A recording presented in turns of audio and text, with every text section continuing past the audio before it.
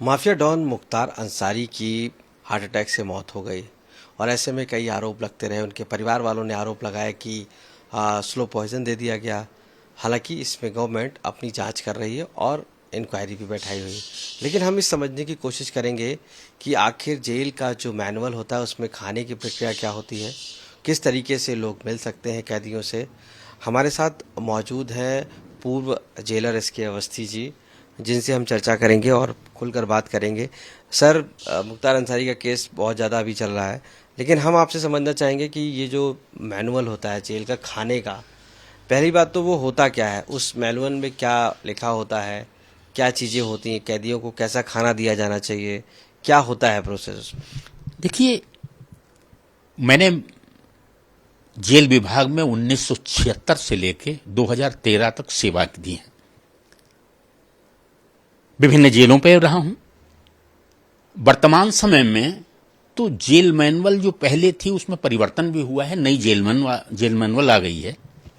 काफी कुछ परिवर्तन हो गया। 10 साल मुझे रिटायर हुए भी हो गया, परिवर्तन भी आए हैं। लेकिन जेल के अंदर जो आपने पूछा कि खाने के बारे में, जेल का खाना तो ऐसा होता है जैसे होटलों में नहीं मिलता। वो मेनू बना हुआ है कि जो जल्दी घर में हम लोग नहीं खा पाते वो बंदियों को दिया जाता है। सवेरे पौष्टिक आहार में नाश्ता दिया जाता है, दोपहर में उनको दाल और सब्जी। क्या क्या टाइमिंग होती है, मैं वो भी थोड़ा समझना चाहूँगा खाने की, किस किस टाइम पर क्या क्या खाना दिया जाता होगा। देखिए, जेलों में 2 से 3 हजार तक, 1,000, 2,000, 3,000 आदमी जिस तरह के होते हैं, ऐसी पाकशालाएं बनी हुई हैं। टाइमिंग मॉर्निंग में जेल खुलने के बाद सबसे पहले नाश्ता दिया जाता है। दोपहर में 11 बजे के बाद कमाने आती हैं और वापस आ जाते हैं और उनको खाना दिया जाता है। इवन अदालत जो जाते हैं उससे पहले भी खाना दिया जाता है उनको। शाम को भी बदल के खाना दिया जाता है। 11 बजे से पहले? नहीं, टाइमिंग होते हैं जेल में, 50 बोलते हैं। सवेरे पहले, अर्ली इन द मॉर्निंग, सूरज निकलने के आधा घंटा पहले से जेल की प्रक्रिया प्रारंभ हो जाती है। दलिया, भुना चना, भीगा चना और व्यवस्थाएं बना रखी गई, दिया जाता है। 11 बजे फिर 50 लगता है, परिवर्तन होता है। उसके बाद खाना तैयार हो जाता है और हमारे यहाँ गणना आपके बाहरी कमाने आ जाती हैं और खाना वितरित होता है। शाम के समय 5 बजे, 4:30 और 5:30 के समय के हिसाब से, गर्मियों और सर्दियों के हिसाब से फिर 50 लगता है। उसके बाद शाम को खाना दिया जाता है। बड़ा परिपक्वता, बड़ा सिस्टमेटिक सिस्टम है। अब आपने खाने के बारे में एक बात और पूछी तो मैं बताना चाहूंगा कि देखिए, खाना बनाने का क्षेत्र अलग अलग है। जैसे महिला वार्ड है तो महिला वार्ड का खाना अलग बनता है। जो मेनू है, जो रेशियो उसका निर्धारित है, वो पैक होके वहां चला जाता है, महिला वार्ड में खाना बनने लगता है। ऐसे ही पुरुष वार्ड, जहां पुरुष रहते हैं, वहां का पाकशाला एक दूसरा होता है, वहां पर खाना अलग बनना लगता है। लेकिन मेनू एक ही रहता है, जो वहां रहता है वो वहीं रहता है। इवन यदि सिक्योरिटी कोई प्लेस ऐसे हैं जहां पर कि उनको हमें अलग खाना बनवाना है सुरक्षा के दृष्टिकोण रखते हुए, तो हमें मेनू वही राशन उनको भी दे दिया जाता है और वहां खाना बनता है, देखरेख में बनता है उनकी। जहां तक भोजन के प्रति कोई न कोई प्रभारी होता है वहां पर, जिसके प्रभार में एक जहां राशन इश्यू होता है, जहां से भोजन का कच्चा माल जो पहुंचता है वो भी किसी डिप्टी जेलर के प्रभार में रहता है। जहां भोजन तैयार होता है वो भी किसी के प्रभार में रहता है। भोजन वितरण होता है वो भी किसी के प्रभार में होता है। जेलर और सुपरिटेंडेंट उसको। सर, ये खाना खाने से पहले क्या इसको टेस्ट भी किया जाता है? क्या किसी भी जेल कैदी को देने से पहले उसका टेस्ट होता है कि उसमें कोई पॉइजन ना हो या किसी तरीके की ऐसी कमी ना हो जिससे कि उसको प्रॉब्लम हो? देखिए, जेल में हमको बड़ी चिंताएं बनी रहती हैं। हम सतर्क अपनों से भी रहते हैं, उनकी सुरक्षा के बारे में भी चिंतित रहना पड़ता है, क्योंकि कोई भी भोजन जब दिया जाता है उसको सुपरिटेंडेंट या जेलर के सामने ले जाया जाता है, थाली लाता, वो टेस्ट करके देखता है। जेलर? यस, जेलर या सुपरिटेंडेंट जो प्रहरी होता है उसको चेक करके खाना देखता है। और जहां तक बंदियों का प्रश्न है, बंदी समूह में बढ़ता है एक साथ। मैंने बताया कि जैसे सिक्योरिटी वार्ड में रह रहे हैं, हमें ज़्यादा चिंता है पर्टिकुलर आदमी की, वो भी चिंतित है अपनी देख रेख में खाना बनवाने का। एक बात और मैं बताना चाहूँगा, ये जेल मैनुअल में प्रोविजन है कि सुपरिटेंडेंट को ये पावर है कि वो बाहर का खाना तक दिला सकता है। अब क्या अगर ऐसी स्थिति में जो वहां पर कैदी हैं वो उनका खाना क्या बैरक में जाता है, क्या वो वहां पर खाते हैं अकेले इंडिविजुअल उनका चेक होके जाता है? देखिए ऐसा होता है कि भोजन वितरण का सिस्टम है, कुछ जगह पर तो एक सर्किल के अंदर एक जगह पर भोजन लगवा दिया जाता है, हंडे लगवा दिए जाते हैं, वहां पर डिस्ट्रीब्यूशन होता है, बैरिक से बंदी निकलते हैं और अपना अपना खाना लेते हुए चले जाते हैं और भोजन ग्रहण करते हैं। तो अच्छा, ये अगर किसी का फास्ट होता है, कोई पूजा पाठ करता है या कोई रोजा रखता है, तो उस स्थिति में क्या उसके लिए फल उपलब्ध कराए जाते हैं या उसके लिए भोजन की क्या प्रक्रिया है? ये जेल के अंदर पूरी व्यवस्था है। जो उपवास करते हैं, व्रत रहते हैं, उनका भी ध्यान रखा जाता है। जैसे नौव्रत होते हैं, उनके लिए एक मेनू अलग बना हुआ है। रमजान रोजे के दौरान शहरी और आफ्तारी के टाइम में उनका मेनू अलग बना हुआ है, उनके हिसाब से भी भोजन तैयार किया जाता है, उनको भी भोजन दिया जाता है। गर्भवती महिलाओं के लिए अलग है। यही नहीं, हॉस्पिटल के अंदर जो बंदी बंद हैं उनका भंडारा अलग चलता है, उनकी पाकशाला अलग होती है, उनका मेनू वहां पर बना हुआ है। हो सकता है कि जो व्रत रहते हैं, रोजा रहते हैं, उनको भोजन ना मिलता हो उस हिसाब से जो उनकी रिक्वायरमेंट है, जो उनकी जरूरत है। नहीं, ऐसा संभव ही नहीं है, क्योंकि एक के ऊपर एक अथॉरिटी लगी हुई है। हमारे सुपरविजन करने के लिए हमारे अधिकारी स्वतः आते हैं। हम लोग तो जेल के जो अधिकारी हैं वो तो पर्यवेक्षण और निरीक्षण करते ही करते हैं। जिला मजिस्ट्रेट, एसपी और डीजे आपने देखा होगा समय समय पर आते रहते हैं, भोजन का निरीक्षण करते हैं।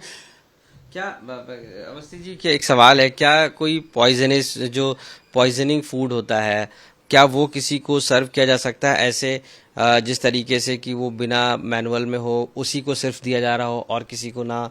ऐसा कुछ संभवता है कि या विषयुक्त खाना या खराब खाना या कुछ ऐसा हो खाना इस तरीके का किसी को सर्व किया जा सकता है, या ऐसी संभावना लगती है कि वो ऐसा हो गया हो धोखे से?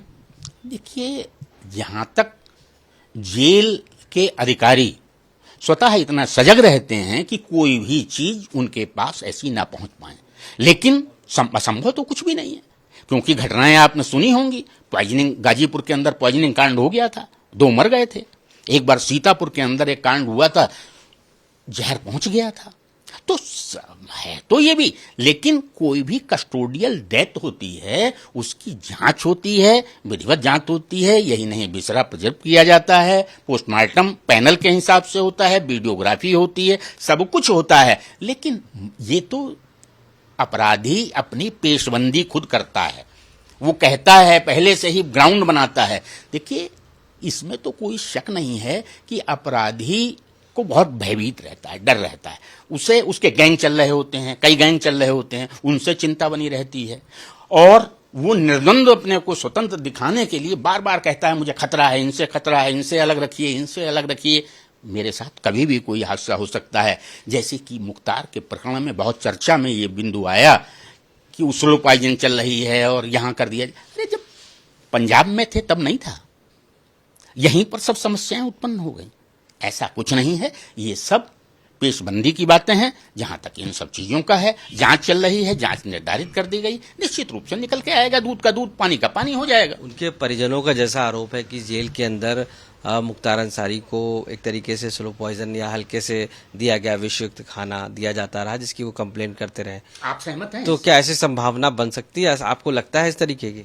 बिल्कुल नहीं, मैं नहीं मानता, क्योंकि ये सब चीजें पेशबंदी की चीजें हैं। लेकिन जैसे और जेलों में विषयुक्त खाना पहुंच गया था, तो रोज कहां घटना होती, कभी कभी एवर हो गई जहां पर लापरवाही हो गई। एक पर्टिकुलर जहां दिस मैन मुख्तार अंसारी की जो बात चल रही है, वहां पर तो सजगता क्रमशः निरंतर बनी हुई है, आंखें बहुत सी लगी हुई हैं।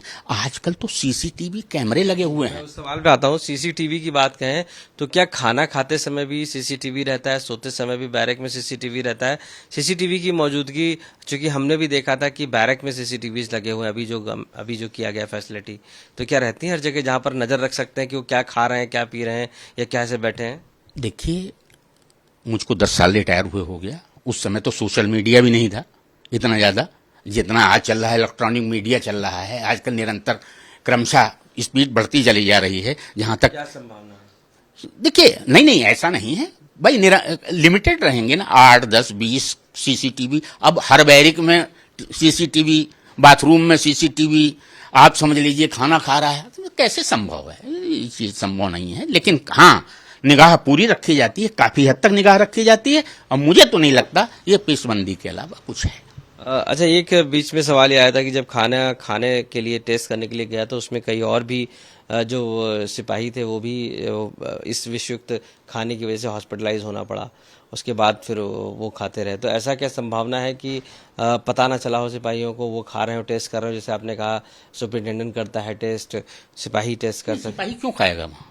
सिपाही के लिए खाना घर खाएगा अपने, वहां क्यों खाएगा? ये तो एक तरह से सिस्टम बनाया गया है कि कुछ खाने में कोई चीज मिली ना हो, खाना साफ बना हुआ है, शुद्ध बना हुआ है, सही बना हुआ है, इसके लिए अधिकारी टेस्ट करते हैं। सिपाही क्यों खाएगा? और ऐसा आरोप उनके वकील का। अजी, वकील तो एक बात को 15 बार पूछते हैं, और लौट फेर के ऐसे पूछते हैं कि ये साबित करवाना चाहते हैं उन्हीं से ही कि अव्यवस्थाएं बहुत। तो हम मान के चले कि जो फूड में है, सप्लाई में, उसमें जेल में इस तरीके की संभावनाएं कम है, और बाकी अगर कोई बीमार होता है, किसी को कोई दिक्कत होती है, तो उस केस में क्या ऐसे इलाज कराया जाता है? देखिए, ये पेशबंदी के अलावा कुछ नहीं मुझे तो प्रतीत होता। जहां तक बीमारी का प्रश्न है, आदमी जेल के अंदर एंट्रेंस लेता है तो आधा भारी पड़ जाता है, बीपी कहां पहुंच जाता है। और जो आदमी 20 साल से लगातार जेल के अंदर बंद हो, आप सोचिए क्या हालत है उसकी। आधा मर जाता है खुदा स्वतः, घुट घुट के मरता है। अब जो प्रतिबंध लगाए गए हैं, नियम बनाए गए हैं, बहुत से कड़ाई कर दी गई है, तो घुटने वाली पोजीशन भी तो हो पाती है। आजकल तो नियम भाई पर्टिकुलर ऐसे संदिग्ध ऐसे माफिया के लिए तो बहुत सतर्कता बरतने की आवश्यकता पड़ती है। अगर ऐसी स्थिति में उसको दिक्कत होती है, कैदी को, वो चाहता है डॉक्टर से हमें ले जाया जाए, तो क्या ले जाया जाता है या डॉक्टर वहां उपलब्ध होते हैं हॉस्पिटल? जेल के अंदर MBBS डॉक्टर ऑलरेडी रहता है। नंबर 1, वो उसको देखभाल करता है। यदि कोई समस्या निस्तारण उससे नहीं हो पा रहा है तो वो डिस्ट्रिक्ट हॉस्पिटल उसको रेफर, वहां के डॉक्टर को बुलाता है, वो देखते हैं, विशेषज्ञ बुलाए जाते हैं, टाइम टू टाइम कैंप लगते रहते हैं, उन्हें दिखाया जाता रहता है। और हम किसी को ये चाहेंगे जेल के अंदर मर जाए? हम अपनी स्किन बचाना चाहेंगे कि हमारे पर ये आरोप लगेगा? अपनी नौकरी देना चाहेंगे हम तो निरंतर सजग रहेंगे कि कहीं उसके साथ कोई दुर्घटना घटित ना हो जाए।